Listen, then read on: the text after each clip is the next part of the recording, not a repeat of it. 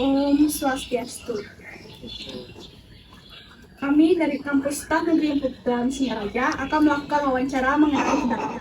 Perkenalkan, nama saya Putra Tifani Octavia dan rekan saya. Perkenalkan, nama saya Gede Ari Pancasaputra. Rekan saya. Perkenalkan, nama saya Kedek Chandra Gunawan.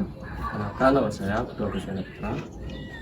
Baik, di sini kami sedang bersama Dalang dari mana sih? Dari Bakti Seragen. Dari Bakti Seragen. Baik, selanjutnya silakan diperkenalkan dirinya. Ya, terima kasih adik-adik. Perkenalkan, nama saya Gusti Made Haryani, tapi sering disapa Dalang Sembroli. Jadi terima kasih kedatangan adik-adik sudah mau datang ke rumah saya. Gitu. Gimana? Sekarang kita mulai pertanyaan aja. Gitu. Bagaimana proses perjalanan Aji sebagai seorang dalang? Kalau terkait perjalanan saya menjadi seorang dalang sebenarnya panjang sekali. Jadi mungkin saya bisa akan ceritakan secara singkat. Sebelumnya saya anak petani gitu. Jadi saya tertarik dengan pedalangan itu sudah dewasa. Karena aji saya adalah petani penggarap, jadi bukan punya sawah. Saya juga tidak tahu kenapa saya pilih pedalangan. Dan dari diskusi dalam jangka waktu 1 tahun, saya memilih untuk belajar pedalangan di jenjang akademisi, yaitu di Denpasar. Jadi saya tahun 2011 mengawali studi di Denpasar dan selesai 2014 dan 2014 bulan Desember saya sudah mewindan pedalangan. Sampai hari ini saya mau hayang gitu.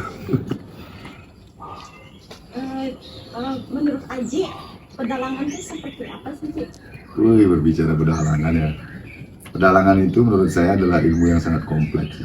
Jadi ilmu yang mengaitkan tentang kehidupan. Jadi segala sesuatu terkait kehidupan itu ada di ilmu pedalangan. Terkait sastra, seni, budaya, pendidikan, bahkan politik, ekonomi ada di dalamnya. Itu yang membuat tertarik saya dengan pedalangan. Pertanyaan selanjutnya, sebelum Aji ngelayang, apakah perlu menentukan cerita-cerita yang harus dibawakan begitu?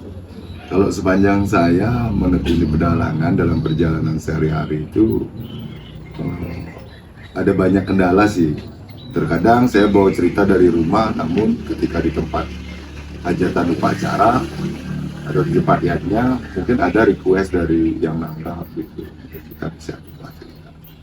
Namun kebanyakan sih diambil dari cerita Mahabharata, karena cerita Mahabharata itu konteksnya tepat dengan ritual upacara Pancayadna gitu. Berarti itu ceritanya itu sesuai request sama yang upacara aja begitu? Terkadang gitu, kalau tidak request dengan dari orang yang nanggap, itu kita carikan cerita-cerita yang ada konteksnya dengan ritual upacara. Kalau Pitrianya mungkin banyak di Bharatayuda kita ambil gitu. Nah, di sini berbicara tentang pewayangan. Apakah ada struktur bagian-bagian yang ada pada wayang tersebut? Kalau struktur pertunjukan pada wayang sebenarnya jelas sekali gitu. Jadi kita di Bali walaupun ini kesenian tradisi sangat jelas, cuman kadang-kadang istilahnya yang berbeda gitu. Jadi di Bali dikenal dengan bah bangun satu.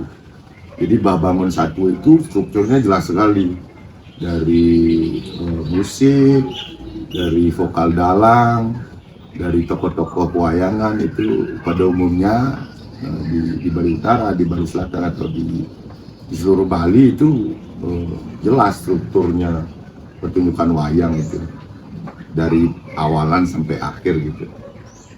Berarti itu sama kayak drama gitu ya? Ya, orang wayang itu adalah teater kompleks. Jadi total teater di wayang. Kenapa demikian? Karena berbagai unsur seni masuk di dalamnya, seni sastra, seni drama, seni suara, seni musik, seni tari gitu, seni rupa pun ada di dalam wayang. Nah sehingga dalam pertunjukan wayang itu kita disuguhi dengan teater kompleks. Baik, untuk apakah Haji punya pesan-pesan untuk kami para generasi muda dalam pewayangan ini? Kalau pesan-pesan kepada generasi muda sih, saya sering sekali memandangkan ini dari semenjak saya mendalami ilmu pedalangan. Karena jujur saja di Bali khususnya peminat pedalangan itu sangat minim. Jadi jarang sekali anak-anak muda yang tertarik dengan wayang atau pedalangan. Nah, tugas saya sebagai seorang dalang dan sebagai tanggung jawab saya sebagai seorang dalang adalah menyebarluaskan ilmu pengetahuan yang bagus ini gitu. Jadi saya sudah banyak bergaul dengan kawan-kawan, dengan anak-anak muda untuk ketertarikannya dengan wayang gitu. Kenapa demikian? Karena ilmu pedalangan ini harus disebarluaskan. Tidak boleh, bahasa Balinya tidak boleh dipinggirkan gitu. Sehingga ketika anak muda yang ingin atau berniat untuk mempelajari pedalangan, itu lebih banyak itu harapannya. Nah, ketika anak muda yang banyak tertarik bahkan mempelajari ilmu pedalangan, itu tidak disuruh untuk hidup, ilmu pedalangan atau dunia pewayangan akan terus hidup seiring perkembangan zaman.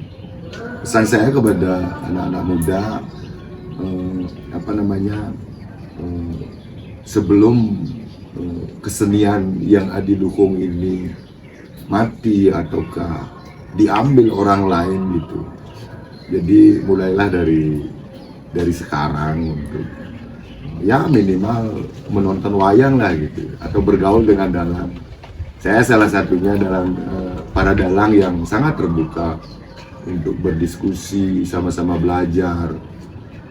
Tujuannya hanya satu, untuk melestarikan ilmu pedalangan, karena di dalamnya banyak sekali mengandung nilai-nilai moral, nilai-nilai pendidikan, nilai-nilai jati diri, kepahlawanan. Nah, itu kemungkinan dari saya gitu. Jadi harapan saya besar kepada anak-anak muda, ya minimal meliriklah ke dunia pedalangan gitu. Karena kita orang Bali, seolah kita tidak terlalu tahu dengan pedalangan kan, seolah kehilangan jati diri gitu. Sedangkan pedalangan itu juga banyak orang-orang modern. Contohnya saya, banyak kok kawan-kawan saya yang di dunia modern tidak ada pemahaman terhadap tradisi. Dia tertarik dengan ilmu pedalangan. Bahkan banyak sastra-sastra pedalangan itu diadopsi untuk pertunjukan modern. Salah satunya teater modern gitu. Tapi dari cerita Kamarata itu menjadikan modern. Ya banyak sekali ya. Baik Ji, sekian dari pertanyaan ini. Terima kasih atas waktunya Ji ya. Aku nggak ini. Nah, apa saya senang juga. Terima kasih juga adik-adik sudah mampir ke rumah saya untuk berdiskusi gitu. Baik teman-teman. Tadi kan sempat dijelasin kalau nyari unsur intrinsik sama ekstrinsik itu harus ada ceritanya. Jadi kan dibawain cerita Mahabharata, terus kalau ceritanya itu dibawain pasti kan ada unsur intrinsik ekstrinsiknya. Kalau pengalaman saya di lapangan, karena pertunjukan saya itu terkait dengan ritual upacara. Mungkin salah satunya adalah upacara 3 bulanan. Jadi itu upacara kelahiran lah gitu. Artinya kita ambillah cerita-cerita yang terkait dengan kelahiran. Salah satunya kelahiran cabang Tutuke atau Gatot Kaca. Jadi itu juga mengandung nilai-nilai terkait dengan kelahiran. Nah, terkadang di lapangan itu saya tidak selalu terpatok dengan struktur dramatik yang kaku seperti layaknya teater modern gitu. Jadi terkadang saya memakai alur balik, tergantung situasi tempat gitu. Sebuah contoh, tempat sudah tidak bagus, artinya penonton itu tidak perhatian dengan wayang. Mungkin saja di adegan pertama itu, di paguneman kalau bahasa wayangnya, di paguneman itu agar orang-orang mau melirik kita, kita balik aja, yang di awal cerita itu adalah tokoh-tokoh buruk gitu. Jadi seolah-olah ada ketegangan di dalamnya, sehingga itu membuat juga perhatian penonton. Contoh sudah bertengkar ini, di dalam dialognya sudah bertengkar. Akhirnya dia ada perkelahian lah secara singkat. Nah setelah itu tokoh punakawan lah yang menjelaskan kenapa demikian gitu. Itu juga siasat untuk membuat sebuah alur cerita agar terlihat menarik dan tidak monoton gitu. Biasanya kan kalau cerita-cerita wayang itu diawali dari tokoh protagonis dulu rapat gitu, menggunam itu rapat gitu. Nah di sana ada openingnya gitu. Nah sudah itu ada perumitannya, ada permasalahan apa yang dibahas gitu. Nah terakhir setelah itu ada adegan di tokoh antagonis gitu. Itu di pembabakannya. Nah ketika bertemu dengan tokoh protagonis dengan antagonis, mulailah ada konflik gitu. Setelah ada konflik itu pasti ada penyelesaiannya, resolusinya gitu. Terakhir adalah kesimpulannya. Kenapa pesan-pesan apa yang terkandung dalam cerita yang dibawakan tadi. Itu tujuannya untuk untuk menjelaskan cerita dengan bagus, karena di wayang itu kompleks sekali. Bahasanya aja ada berbagai bahasa gitu. Terkadang memakai bahasa Kawi, bahasa Bali, Sorsingge, ada bahasa gaul Bali juga gitu. Itu ada di tokoh utamanya, ada di tokoh punakawan, ada juga tokoh rakyat. Berarti kayak pedalangannya di Banjar tuh kayak pertama tuh kayak dalam sangut. Nah itu kan punakawan antagonis. Nah kalau itu dipakai di awal, kemungkinan itu lebih segar gitu, lebih menarik lah, karena di awal itu sudah tidak flat dia pertunjukannya gitu. Udah mulailah keras gitu. Sama hanya di musik mungkin, kalau kadang-kadang fragmentari itu kan di awal tuh udah keras dia gitu. Itu tujuannya salah satu siasat untuk menarik perhatian penonton gitu. Kalau di awal udah yang sedih gitu, mungkin aja dia tidak tertarik untuk melanjutkan menonton gitu. Apalagi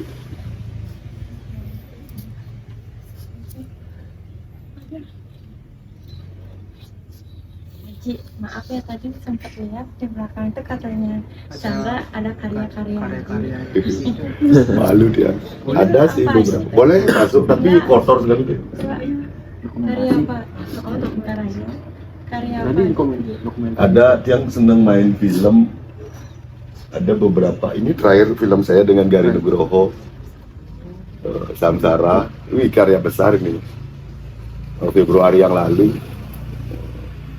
Gininya syutingnya di seluruh Bali, di Tenganan, di Taman Ujung, di Puri Tabanan, di Gunung Kawi, pokoknya lagi di Black Larva di Batur. Itu karya saya bersyukur masuk di dalamnya gitu. Jadi beberapa kali juga pernah ikut di film-film industri lah gitu, layar lebar. Di Jayaprani Layungsari juga saya sebagai tokoh Saung Galing. Menarik sekali, banyak pengalaman baru yang didapat.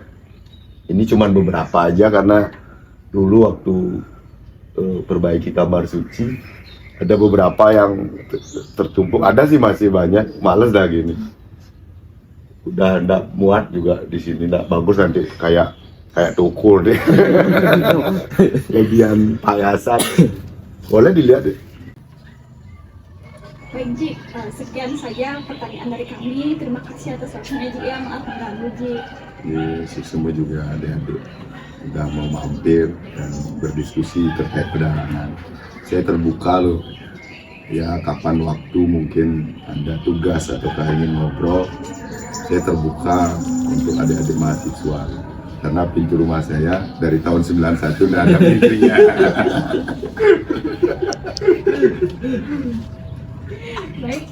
Baik teman-teman, sekian dari pertanyaan kami dalam wawancara kami bersama Aji Gusti Made Aryana. Kami tutup dengan para mesangki. Santi.